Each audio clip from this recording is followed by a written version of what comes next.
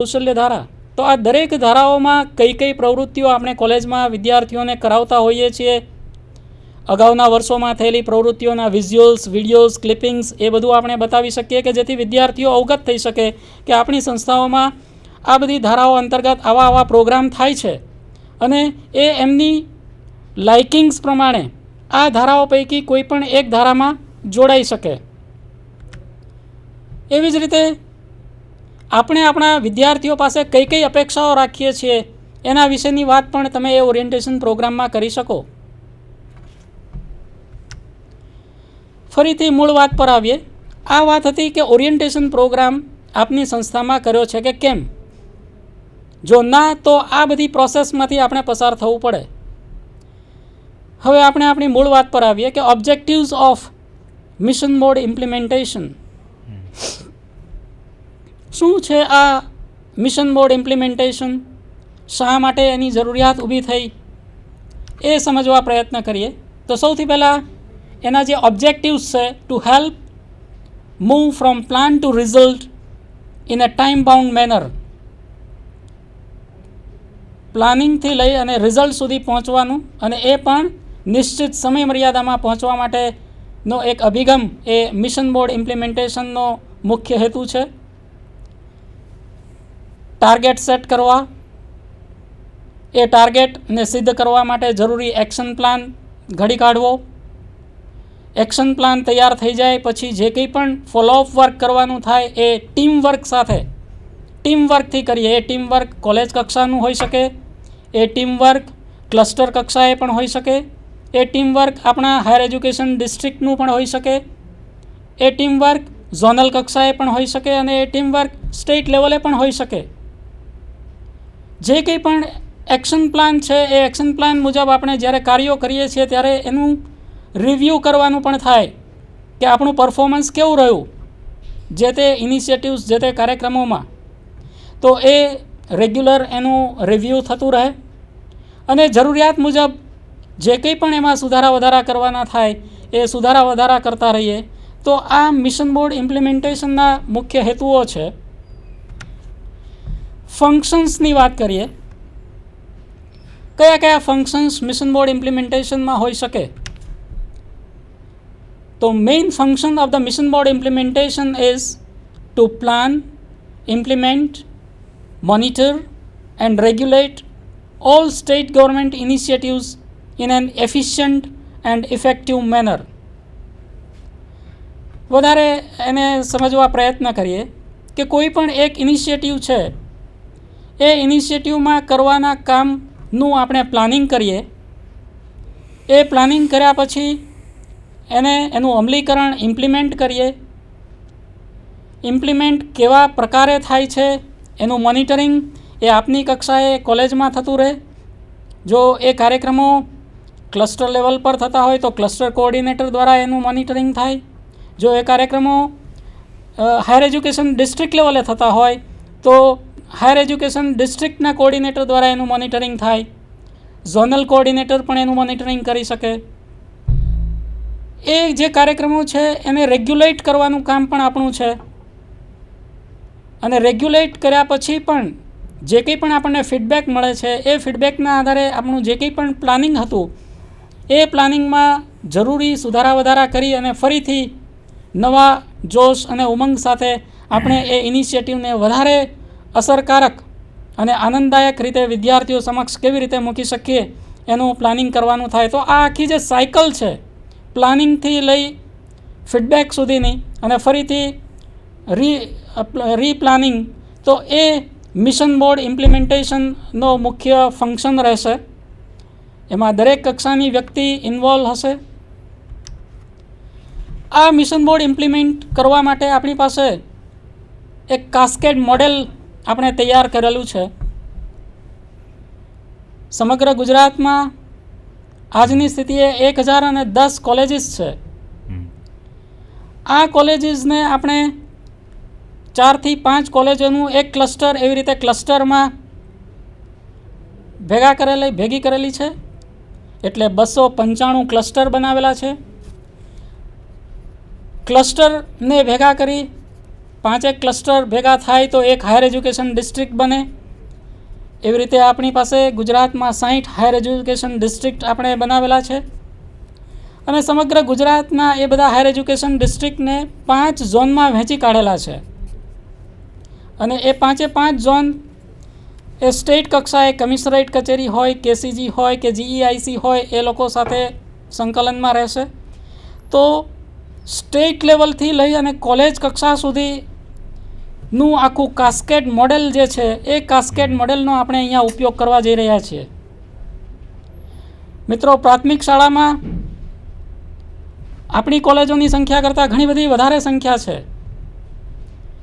જિલ્લા પંચાયતની સ્કૂલોની જ વાત કરીએ, ફક્ત ગવર્મેન્ટ સ્કૂલોની વાત કરીએ પ્રાથમિક શાળાની, તો એ 40,000 કરતાં પણ વધારે સ્કૂલો છે અને આ 40,000 સ્કૂલોનું પણ આવી રીતે એ લોકોએ સુંદર મજાનું કાસ્કેડ મોડેલ જીસીઆરટીના માર્ગદર્શન હેઠળ તૈયાર કરેલું છે.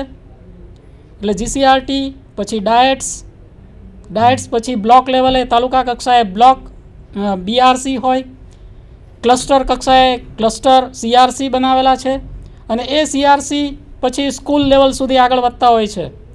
તો સ્ટેટ લેવલ ઉપરથી ડિસ્ટ્રિક્ટ લેવલ ઉપર, બ્લોક લેવલ ઉપર અને ત્યાંથી ક્લસ્ટર અને સ્કૂલ લેવલ સુધી પહોંચવા માટેનો એક આ આખું કાસ્કેડ મોડેલ છે અને એ સુંદર રીતે ત્યાં પ્રાથમિક શાળાઓમાં એનું અમલીકરણ થઈ રહ્યું છે. તો એવો જ કંઈક અહીંયા પ્રયાસ છે કે આપણી 1010 કોલેજો એ સીધા સ્ટેટ લેવલ સાથે સંકળાય એ માટે આપણે આ આખું તબક્કાવાર માળખાગત પ્રણાલી તૈયાર કરેલી છે. વધારે સ્પષ્ટ રીતે સમજીએ તો આ સ્લાઇડમાં આપણે જોઈ શકીએ છીએ કે એક સ્ટેટ લેવલ પરની ઓફિસ, કમિશનરેટ ઓફિસ એ 1010 કોલેજ સુધી કેવી રીતે પહોંચી શકે. તો એ સ્ટેટ લેવલ પરની ઓફિસ જે છે એમાં એને મદદરૂપ થવા માટે એક સ્ટેટ કોઓર્ડિનેટર હશે. એ સ્ટેટ કોઓર્ડિનેટર પાસે એક સ્ટેટ રિસોર્સ ગ્રુપ હશે. એ સ્ટેટ રિસોર્સ ગ્રુપમાં દરેક ઇનિશિયેટિવના રિસોર્સ પર્સનનો આપણે સમાવેશ કરીશું. એવી જ રીતે એ સ્ટેટને આપણે 5 ઝોનમાં વિભાજિત કરેલું છે. તો 5 ઝોનમાં 5 ઝોનલ કોઓર્ડિનેટર્સ આપણી પાસે છે. એ જે 5 ઝોનલ કોઓર્ડિનેટર છે એમની મદદમાં આખું ઝોનલ રિસોર્સ ગ્રુપ તૈયાર કરવામાં આવશે અને એ ઝોનલ રિસોર્સ ગ્રુપમાં પણ ઇનિશિયેટિવ વાઇઝ રિસોર્સ પર્સન આપણે સમાવિષ્ટ કરીશું. ઝોનથી આગળ વધીએ તો હાયર એજ્યુકેશન ડિસ્ટ્રિક્ટ આવશે. 60 હાયર એજ્યુકેશન ડિસ્ટ્રિક્ટ છે. દરેક હાયર એજ્યુકેશન ડિસ્ટ્રિક્ટનું મોનિટરિંગ અને પ્લાનિંગ કરવા માટે એક હાયર એજ્યુકેશન કોઓર્ડિનેટર આપણી પાસે આપણે નિમેલા છે. એ હાયર એજ્યુકેશન કોઓર્ડિનેટર છે એની સાથે પણ એમની મદદમાં એક રિસોર્સ ગ્રુપ હશે જેને આપણે કહીશું higher education district resource group, જે ડિસ્ટ્રિક્ટની તમામ એક્ટિવિટીઝનું પ્લાનિંગ કરશે, મોનિટરિંગ કરશે, રેગ્યુલેશન કરશે. એથી આગળ વધીએ તો હાયર એજ્યુકેશન ડિસ્ટ્રિક્ટમાં ક્લસ્ટર્સ આવે.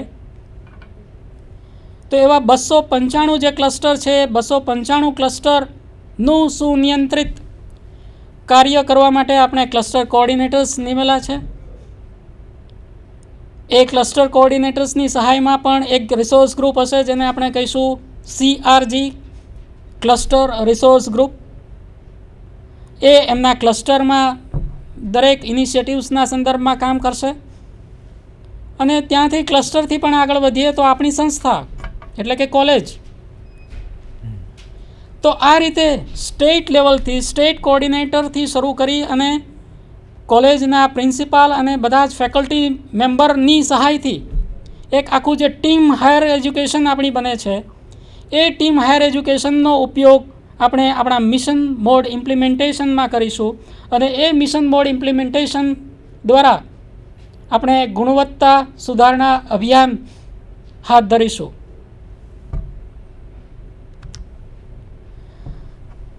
પ્રશ્ન એ થાય કે આખું માળખાગત વ્યવસ્થા કર્યા પછી કરવાનું શું? ફ્રીક્વન્સી ઓફ મીટિંગ કેટલી રાખવી? તો દરેક લેવલે જે ફ્રિકવન્સી આપણે નક્કી કરી છે હાલના તબક્કે, એમાં કોલેજ કક્ષાએ આપણે દર અઠવાડિયે એક મિટિંગનું આયોજન કરીએ. ક્લસ્ટર કક્ષાની વાત કરીએ તો ક્લસ્ટર કક્ષાએ પણ અઠવાડિયામાં એક વખત મળવાનું થાય. હાયર એજ્યુકેશન ડિસ્ટ્રિક્ટ લેવલની મિટિંગની વાત કરીએ તો એમાં દર 15 દિવસે એકાદ વખત મળીએ.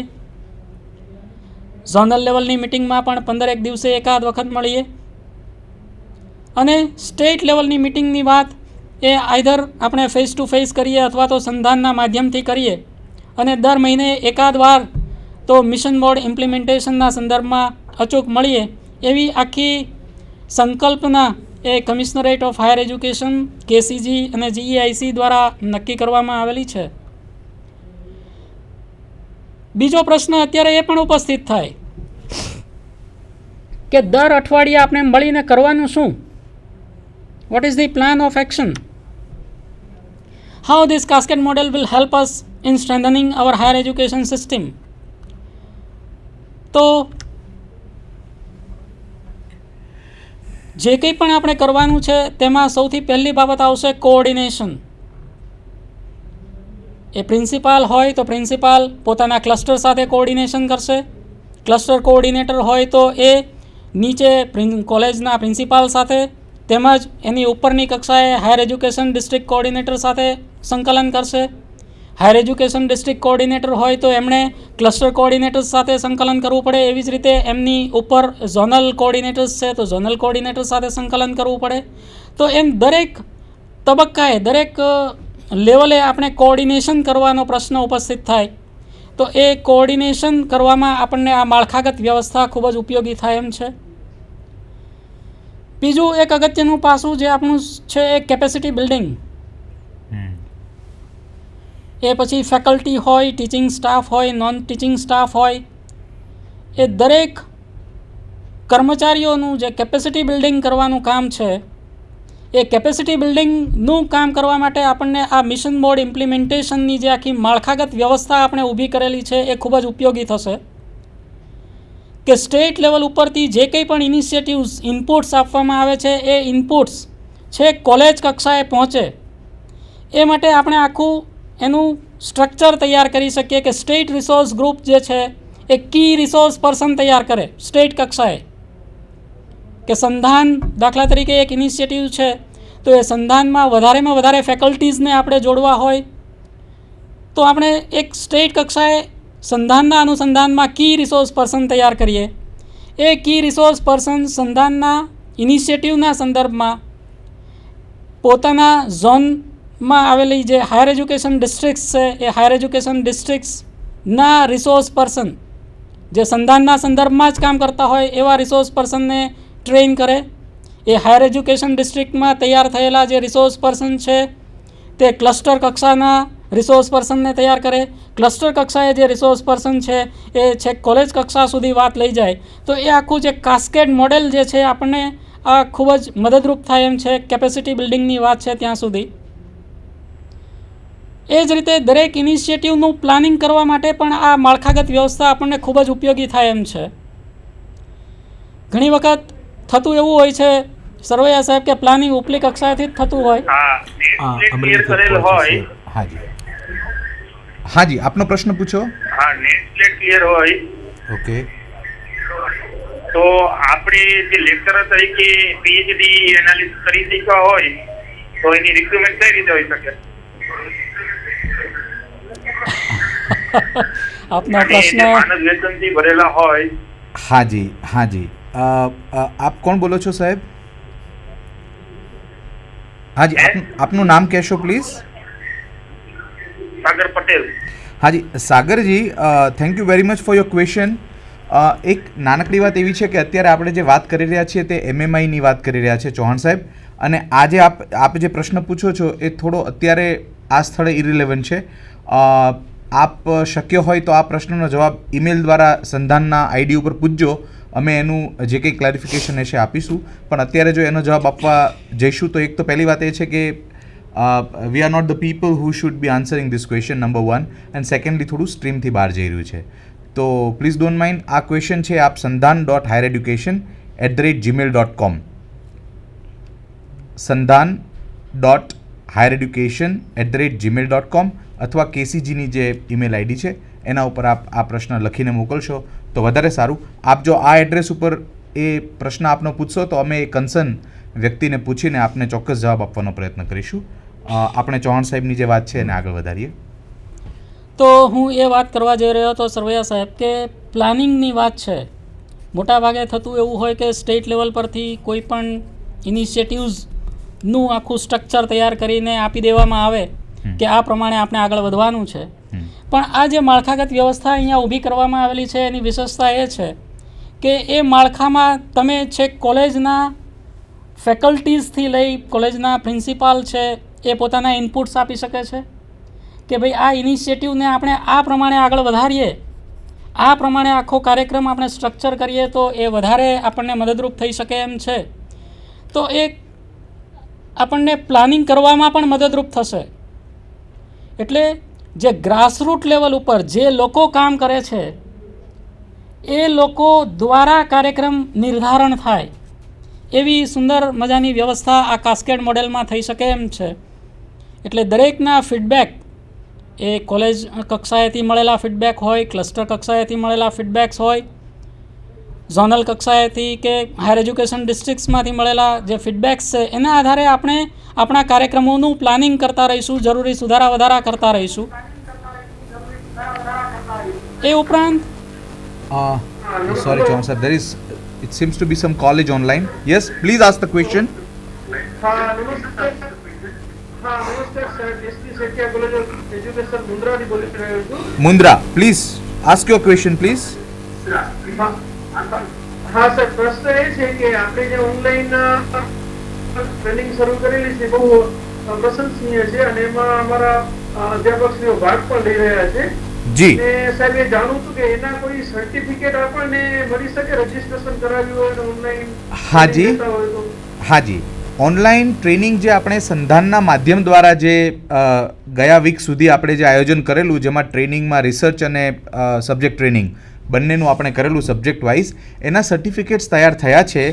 Though this question is not related to this, but still the certificates will be reaching you very soon. કારણ કે મારી પાસે જે માહિતી છે એ પ્રમાણે 1 કે 2 દિવસમાં એ સર્ટિફિકેટ્સ અહીંથી ડિસ્પેચ થવાના છે કેસીજી ઓફિસથી અને એ આપને મળશે. એટલે એ ટ્રેનિંગના જે સર્ટિફિકેટ્સ છે જેમને નથી મળ્યા એ 1 કે 2 દિવસમાં